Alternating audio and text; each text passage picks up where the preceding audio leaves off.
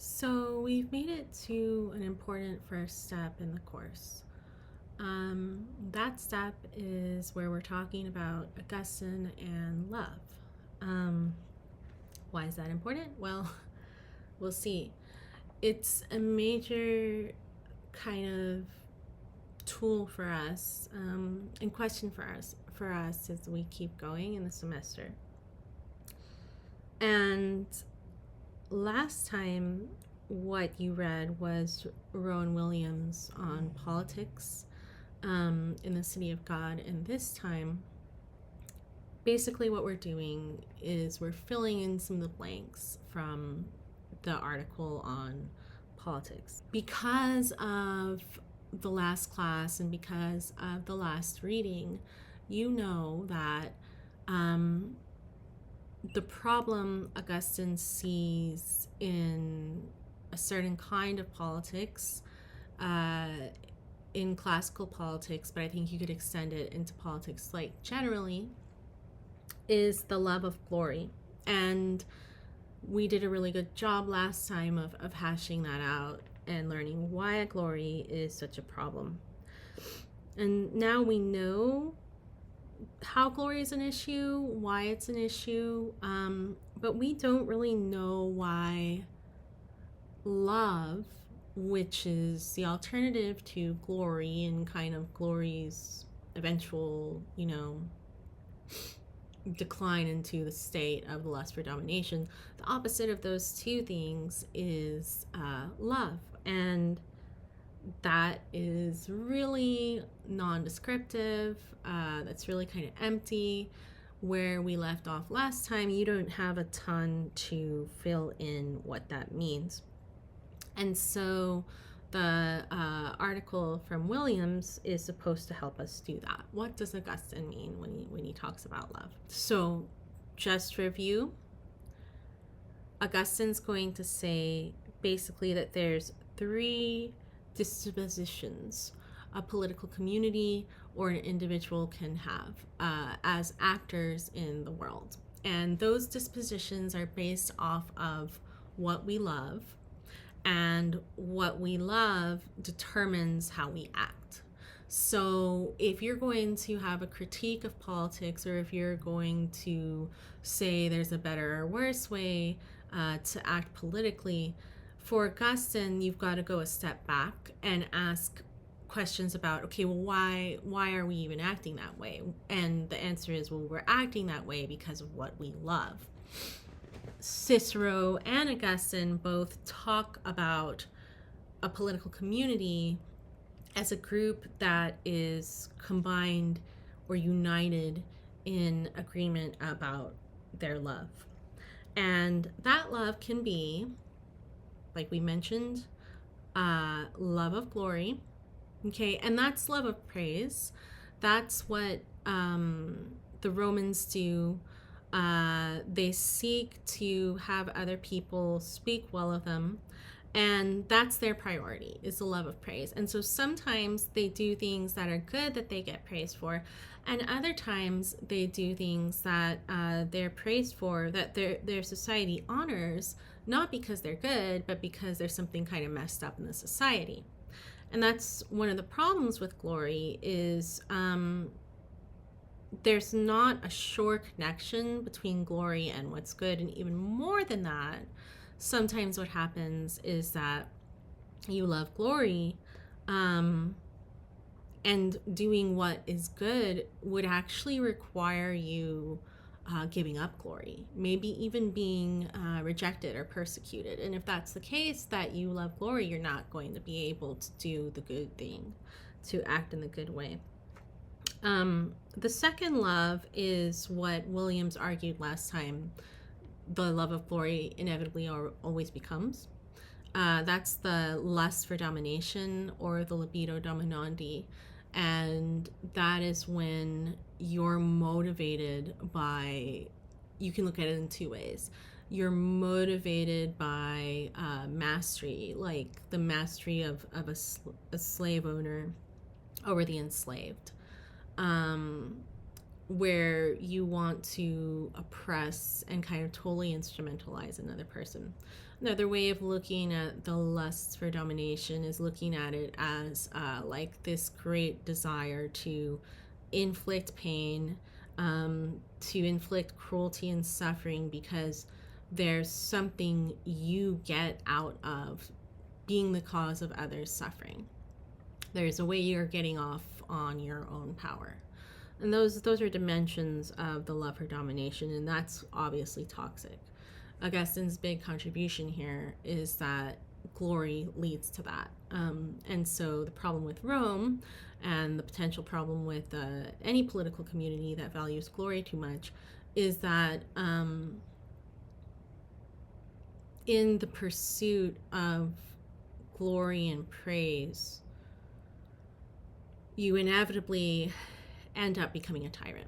Okay, Rome's a tyrant in different ways. The number one way for Augustine that we see it is that it's an empire, that it wages war everywhere around it, takes it over, and makes the people that live there basically become subservient to them, and then takes their resources.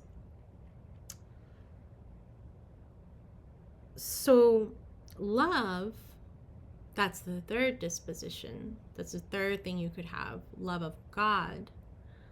That's what Augustine says members of the city of God on earth possess. That's what they're motivated by.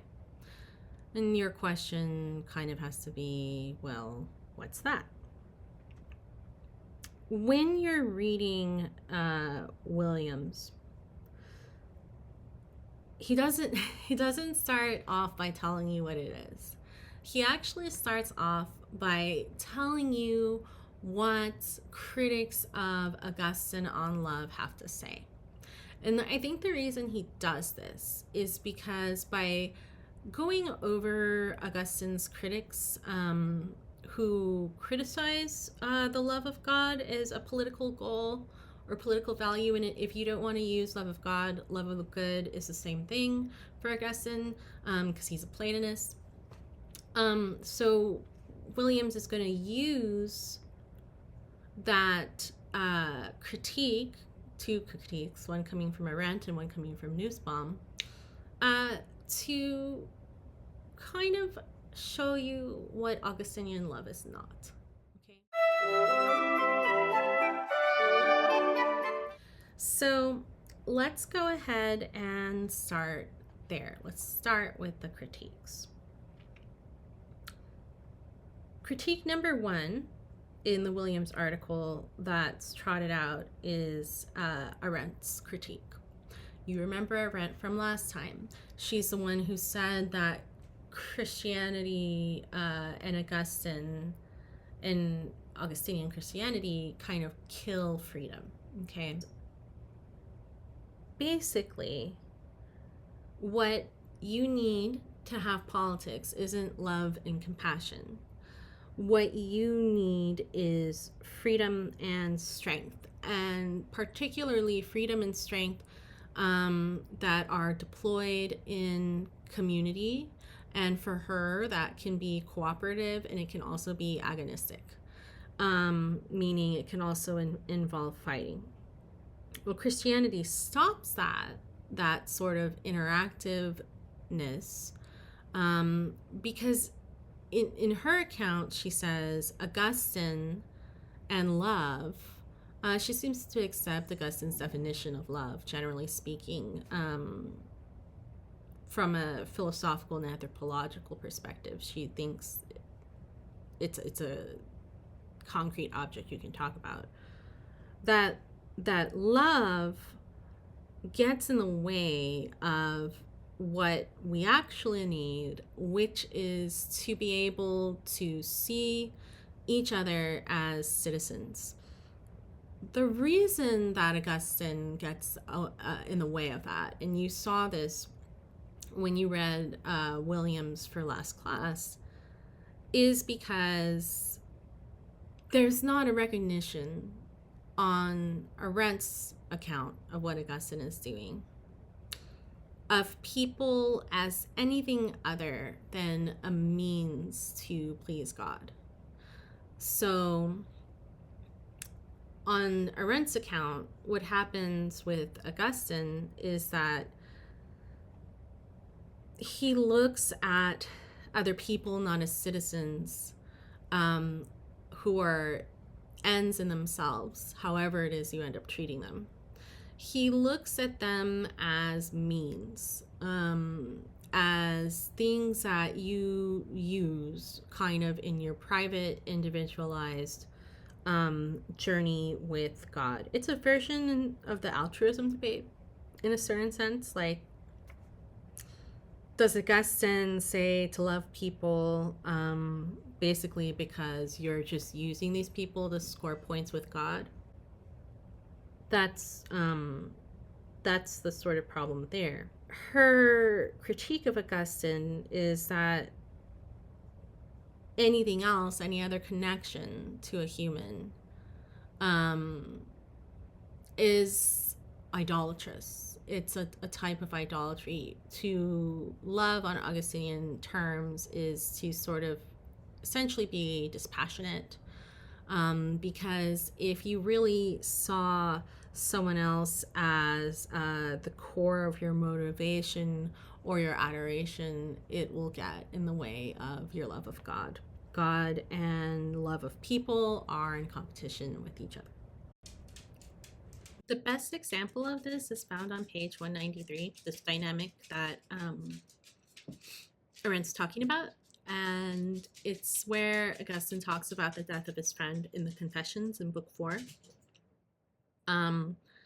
Pay special attention to this part of William's text. We'll talk about it more in class, but what happens in that section is Augustine's mourning the loss of the death of his friend, and he talks about the grief it threw him into. It seems really natural to be in so much grief. It seems strange that Augustine's beating himself up about that.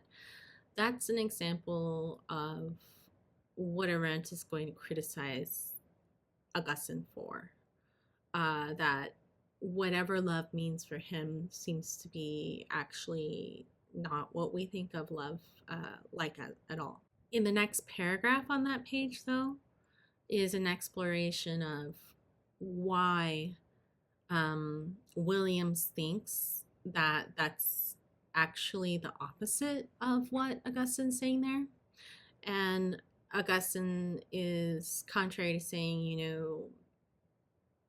was a problem because I loved him. And you're not supposed to love any human that much or any creature that much. Augustine is noticing something about his grief that is extending beyond human mourning and into what Augustine thinks is being in love with his own feeling of grief, which is his self-reporting of the instance. And in that sense, he sees it as an instrumentalization of his friend. But we'll talk about that more in class. This is just the part of the text that really deals a lot with that.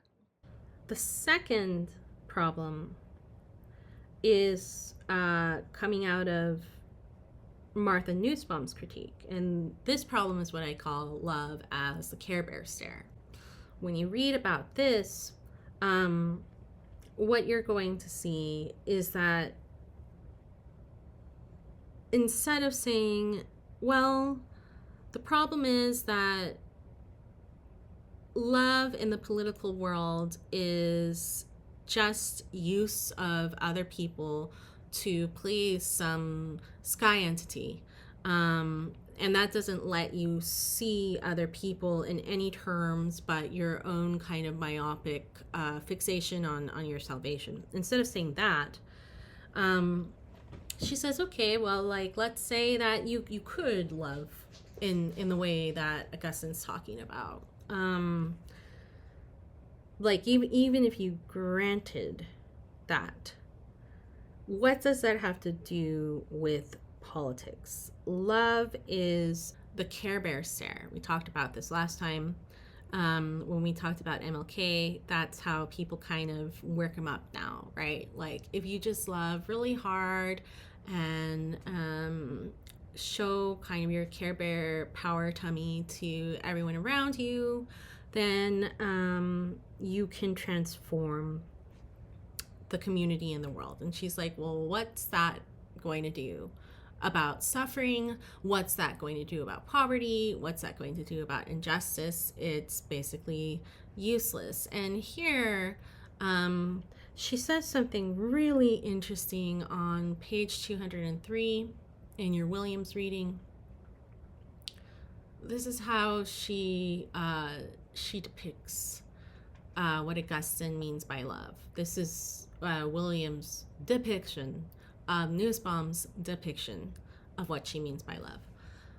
Despite what Augustine does to reinstate the place of the emotions in the moral life, meaning, to make love a part of the picture of human action and like a full human life.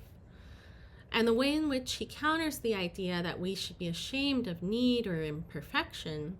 Okay, so Augustine, part of this is part of why Nussbaum grants the point, right? She's not so much picking at his definition of love.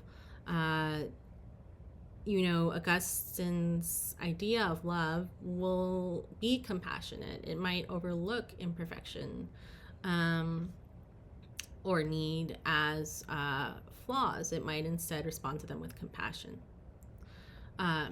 So he still reintroduces shame in a manner that has deeply dangerous consequences for a viable public ethic. Unfallen humanity, so humans before the fall, was beyond longing and beyond striving, and restored humanity, this is Nussbaum saying, restored humanity for Augustine, looks to that as an ideal. So Augustine sees this account of humans before the fall who don't want for anything and who don't strive for anything as the ideal of what we should do. And thus, the erotic, in the most general sense, is something tied to our fallen condition, a shameful loss of control. Well, out of the garden, then we're not so in control of our longing and striving, and any sort of particular affection is actually a loss of control for Augustine, according to Nussbaum. We universally fail in obedience and so need to be directed from above. Okay, now Williams is directly quoting Nussbaum here.